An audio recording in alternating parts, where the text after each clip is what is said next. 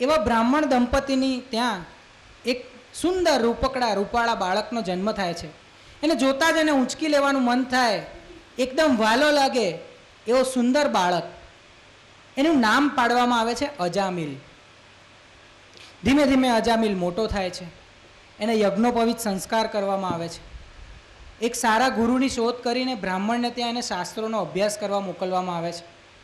અજામિલ વેદોનો શાસ્ત્રોનો અભ્યાસ કરે છે, કર્મકાંડમાં પારંગત બને છે અને પિતાની સાથે કર્મકાંડના વ્યવસાયમાં જોડાઈ જાય છે. સારું મુહૂર્ત જોઈને, સારી કન્યા, સુશીલ કન્યા જોઈને ઉંમર થતાં અજામિલના લગ્ન પણ કરવામાં આવે છે. ધામધૂમથી અજામિલના લગ્ન થાય છે. એની પત્ની પણ સારી ને સંસ્કારી છે, ધર્મ કાર્યમાં એનો સાથ આપે છે. અજામિલનું ગાડું ખૂબ સુંદર ચાલે છે. રોજ અજામિલ વનમાં જાય, પુષ્પો ચૂંટે, બિલીપત્રો ચૂંટે, દર્ભ લઈ આવે, સમિધો લઈ આવે, યજ્ઞ યાજ્ઞાદિ કરે. ખૂબ સંસ્કાર, ખૂબ વિવેકી પણ ખરો એવો અજામિલ એક દિવસ વનમાં જાય છે. વનમાં જાય છે ત્યાં તેના કાને એક મધુર અવાજ સંભળાય છે. એક મૃદુ સ્ત્રીનો અવાજ, પુરુષની સાથે ગોષ્ઠી કરતી હોય એવો અવાજ. યુવાન હૃદય છે, અવાજની દિશામાં કુતૂહલતાવશ જોવે છે. અજામિલ છે ચમક્યો, અજામિલ છે ચમક્યો, સ્ત્રી પુરુષનું જોડું અહીં ક્યાંથી રામા રામા.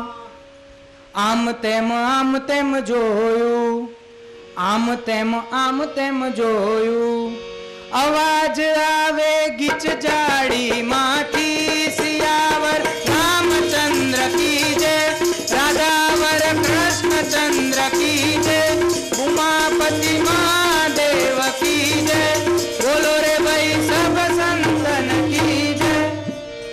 ગીચ જાડીમાંથી સ્ત્રી પુરુષનો અવાજ આવે છે. અજામિલ અવાજની દિશામાં જોવા જાય છે. જાડીની પાછળથી ડોકું કાઢીને જુએ છે. એક સુંદર સ્ત્રી એના જ ગામની એક નીચ કક્ષાના એક શુદ્ર જાતિના પુરુષની સાથે બેઠેલી છે. જોતા જ અજામિલ એની આંખો ઉપર હથેળી રાખી દે છે. સંસ્કાર છે ને, એની આંખો ઉપર હથેળીથી દબાવી દે છે. પરંતુ અજામિલના અંતર્મનમાં એક સંવાદ યોજાય છે. કોનો સંવાદ? વિવેકનો અને મનનો. મન છે ને એ ધજાની પૂંછડી જેવું છે. ધજાની પૂંછડી કોઈ દિવસ સીધી હોય? હંમેશા લહેરાયા કરે. મન પણ એવું જ છે, ચંચળ છે. મન મરકટ જેવું છે. એવું અજામિલનું મન અને અજામિલનો વિવેક, કારણ કે શાસ્ત્રોનો અભ્યાસ છે એટલે વિવેકી છે. એવો આ અજામિલનો વિવેક અને તેના મન, એ બંનેનો સંવાદ થાય છે. વિવેક મનને કહે છે, આંખલડી ઊંચી ના કરશો, આંખલડી ઊંચી ના કરશો, આંખલડી ઊંચી ના કરશો. મન પાછું વિવેકને દલીલ કરે છે, જો કરું તો નહીં તો ચક્કર માહી પડશો, નહીં તો ચક્કર માહી પડશો, આંખલડી ઊંચી ના કરશો, આંખલડી ઊંચી ના કરશો. પાછું વિવેક મનને સમજાવે પણ છે કે તારે આંખ જ ઊંચી કરવી છે ને. નીચા આંખે ચરણ નિહાળો, નીચી આંખે ચરણ નિહાળો, પ્રભુ તણા પંથે ચડશો વાલા, પ્રભુ તણા પંથે ચડશો, આંખલડી ઊંચી ના કરશો, આંખલડી ઊંચી ના કરશો.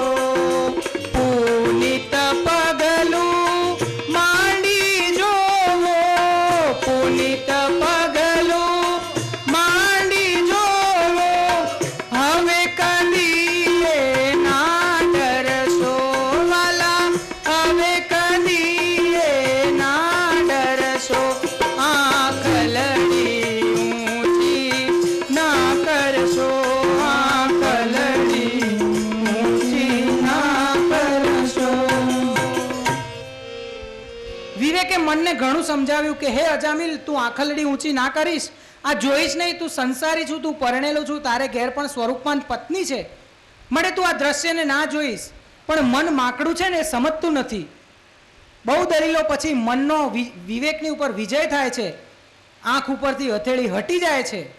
અજામિલ એ સ્ત્રી પુરુષના એ અશિષ્ટ દ્રશ્યને જુએ છે, ધારીને જુએ છે, અને એ દ્રશ્યની એના અંતરપટની ઉપર, એના અંતર મનની ઉપર એક ઊંડી છાપ પડે છે. આપણું પણ કંઈક એવું જ છે. આપણું માનસ છે ને, એ દ્રશ્ય શ્રાવ્ય માધ્યમને બહુ સારી રીતે માણી શકે છે. આ અજામિલનું આખ્યાન તમે પુસ્તકમાં વાંચજો, એની તમારા જીવન ઉપર એટલી અસર નહીં થાય, પણ આ વ્યાખ્યાન દ્વારા અને હજી તે જો એનું એક પિક્ચર બને, એની એક ફિલ્મ બને ગીતો સાથેની, અને એ જોવામાં આવે તો કેટલાયના હૃદય પરિવર્તન થઈ જાય. આ દ્રશ્ય શ્રાવ્ય માધ્યમ હવે તો અભ્યાસમાં પણ, ભણાવવામાં પણ દ્રશ્ય શ્રાવ્ય માધ્યમનો બહુ ઉપયોગ થાય છે. એ આજે એણે ચિત્ર જોયું, એક લાઈવ પરફોર્મન્સ જોયું, એનું એના અંતર્મનમાં ઊંડી છાપ પડી જાય છે. સર્વશાસ્ત્રોમાં પારંગત એવા અજામિલનું મન મરકટ બની ગયું.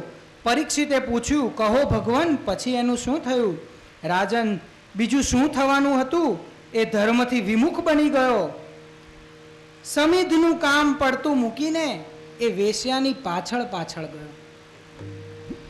અહીંથી અજામિલના જીવનમાં પરિવર્તન આવે છે. ક્યાં યજ્ઞ માટે સમિધ લેવા ગયેલો એ સંસ્કારી બ્રાહ્મણનો યુવાન દીકરો એક ગામની, એક રૂપલલના એક વેશ્યા એની પાછળ જાય છે. વિષય અને વિષ, આ વિષયનું સુખ છે ને, એને વિષ જેવું કહ્યું છે. વિષય અને વિષ એમાં માત્ર યનો જ ફેર છે, પણ આ વિષયનું ઝેર એ બહુ ખતરનાક છે. વિષ પીને તો માણસ મરી જાય, બસ ધેટ્સ ઓલ. આજે વિષ પીધું ને 2 મિનિટ પછી કેસ ખલાસ. પણ આ વિષયનું ઝેર જેણે પીધું છે ને, એને આખી જિંદગી એ વિષની અસર ભોગવવી પડે છે. જ્યાં સુધી એ મરે નહીં ત્યાં સુધી એ વિષયનું વિષ એની સાથે ને સાથે રહે છે. એના મર્યા પછી જ એ વિષયનું વિષ જાય છે. અને જો આ વિષયનું વિષ દૂર કરવું હોય, આસક્તિને દૂર કરવી હોય, તો હરિના શરણે જવું પડે. સહેજ દુસંગનો સંગ કેવો ચડી ગયો, બદલાઈ ગયા રંગ ઢંગ, પિતા પાસે પણ ન ગયો, જઈને શયનખંડ, વિચારે તો ચડ્યો, વિચારો અખંડ, રાત્રે પણ એ ના સૂતો. એક દ્રશ્ય એને જોયું, એના વિચારો અખંડ એના માનસપટ ઉપર ફર્યા જ કરે છે. બસ એ જ ચિત્ર, એનું જ ચિંતન, એનું જ મનન. રોજ સમિધ લઈને એના માતા પિતાને વંદન કરતો, સંધ્યા આરતી કરતો, ત્યારબાદ એ શયન કરવા જતો. આજે સીધો જ શયનખંડમાં ગયો છે. માએ પૂછ્યું, બેટા શરીરે કંઈ અસુખ તો નથી ને? માથું તો નથી દુખતું ને? દબાવી આપું? ના, બધું સારું જ છે એમ કરીને બારણા પછાડી દીધા. આ બતાવે છે કે અજામિલનો સ્વભાવ આજે પરિવર્તન થયો છે, એ અવળે માર્ગે ચડી ગયો છે.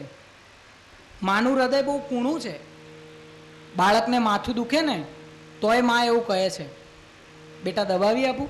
પુનિત મહારાજે બહુ સરસ લખ્યું છે, બાલુડો આંખોનો તારો રે માવલડી, બાલુડો આંખોનો તારો રે માવલડી, બાલુડાનું માથું દુખે સુવે નહીં માડી સુખે, બાલુડાનું માથું દુખે સુવે નહીં માડી સુખે, બાલુડો આંખોનો તારો રે માવલડી,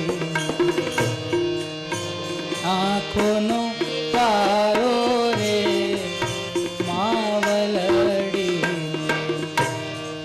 અજામિલની માએ પણ એને પૂછ્યું, પણ અજામિલનું મૂડ આજે વાત કરવામાં નથી, કારણ કે એનું મગજ ચક્રાવે ચડ્યું છે. અજામિલના અંતરમાં એ સુંદરીની મૂર્તિ રમી રહી. વિચારમાં ને વિચારમાં એની ઊંઘ પણ હરામ થઈ ગઈ. આખી રાત બસ એ સુંદરીના જ વિચારો, કારણ કે દ્રશ્યની અસર એના માનસપટ ઉપર ખૂબ ઊંડી પડી છે. સવાર પડી, દ્રવ્ય લઈ અને એના ઘેર પહોંચ્યો. પછી તો આ એનો નિત્યક્રમ બની ગયો. રોજ સવાર પડે ને અજામિલે વેશ્યાને ઘેર જાય. આ એનું રોજનું કર્મ બની ગયું. ધીમે ધીમે એ વેશ્યામાં એવો મોહિત થઈ ગયો કે બસ એની એક જ દુનિયા હતી, બસ એ રૂપલલના. બસ એના રૂપનું રસપાન કરવું એ જ એનું નિત્યકર્મ બની ગયું. ના એ કર્મકાંડ કરવા પિતાની સાથે જાય, ના પત્ની સાથે સરખી રીતે વાત કરે, ના મા બાપ સાથે. બસ એનું જીવન વિષયની વેશ્યામય બની ગયું. ધીમે ધીમે અજામિલે પોતાનું સર્વસ્વ એને આપી દીધું. છેવટે પોતાની પરણેતરને છોડીને એની સાથે જ ઘર માંડી દીધું. પ્રભુનું ચરણામૃત લેનારો મદિરાપાનમાં મસ્ત બન્યો. મદિરાપાન કરતા કરતા અભક્ષ્યની પણ લતે ચડ્યો. વેશ્યાની સાથે શરાબ પીવે છે, શરાબ પીને માંસાહાર કરે છે. વેશ્યાએ એના રૂપના ગુમાનમાં એવો એને લપટાયો, એનું જીવન ખતમ કરી નાખ્યું. અજામિલને મોઢે બસ એક જ વાત છે,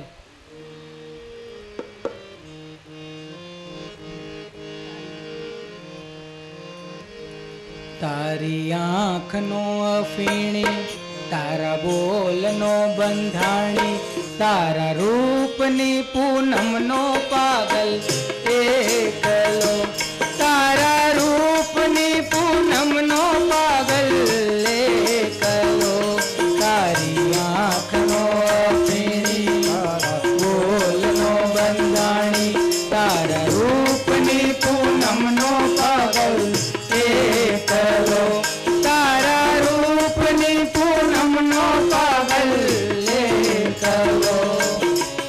રૂપ જાય આગળથી પાછળ આંખ્યું જુએ પિયાવો, રૂપ જાય આગળથી પાછળ આંખ્યું જુએ પિયાવો. અદલ બદલ તન મનની મોસમ, અદલ બદલ તન મનની મોસમ, ચાતકનો ચકરાવો, તારા રંગનગરનો રસિયો નાગલ એકલો, તારા રૂપની પૂનમનો પાગલ એકલો, તારી આંખનો અફીણી, તારા બોલનો બંધાણી, તારા રૂપની પૂનમનો પાગલ એકલો.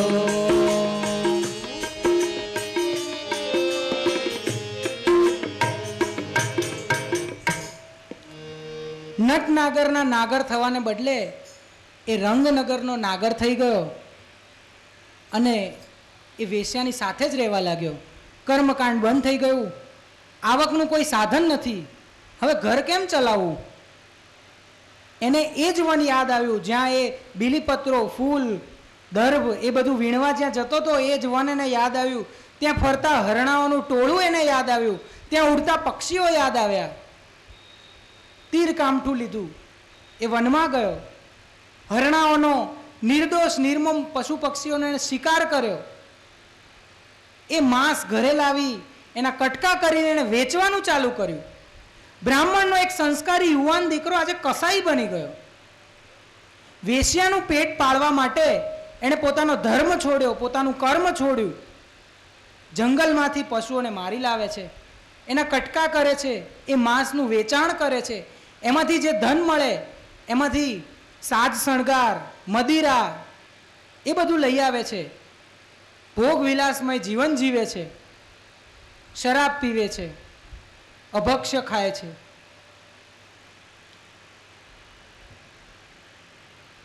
આ બધી વાત સુખદેવજી મહારાજના મુખે સાંભળીને પરીક્ષિત રાજા તો અચંબામાં પડી જ ગયા. પણ આ જ ભાગવત કથા સૂતજી દ્વારા શૌનકાદિ મુનિઓને પણ કહેવામાં આવતી હતી. એટલે શૌનકાદિ મુનિઓએ સૂતજીને પ્રશ્ન કર્યો. અજામિલની વાત સુણીને મુનિઓ ચડ્યા વિચારે, અજામિલ બ્રાહ્મણનો દીકરો, અજામિલ બ્રાહ્મણનો દીકરો, અધઃ પતન ને આરે,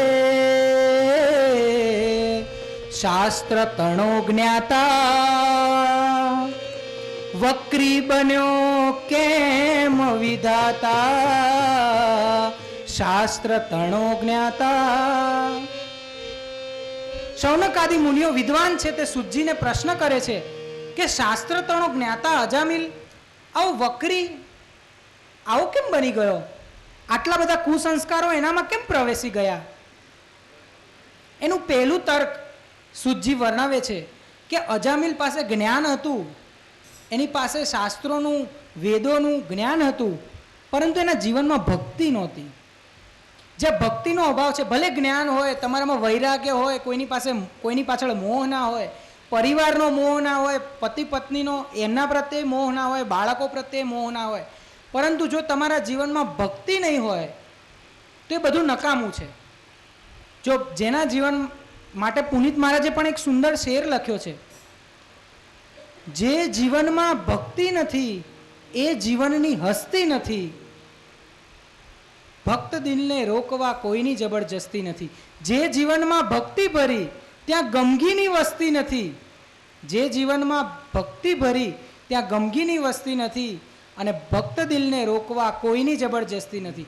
જેનું દિલ એકવાર ભક્તિ માર્ગે જોડાય છે, કોઈ એને રોકી શકતું નથી. પ્રહલાદને એના બાપા નહોતા રોકી શક્યા, મીરાબાઈને રાણાજી નહોતા રોકી શક્યા.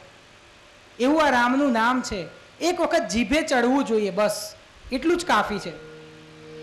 બીજો તર્ક સુજીએ એવો એની પાસે મૂક્યો, શૌનકાદિ મુનિઓ પાસે, કે અજામિલ પૂર્વાશ્રમમાં એક તપસ્વી હતો. એ તપસ્વી હિમાલયમાં તપશ્ચર્યા કરવા ગયો હતો.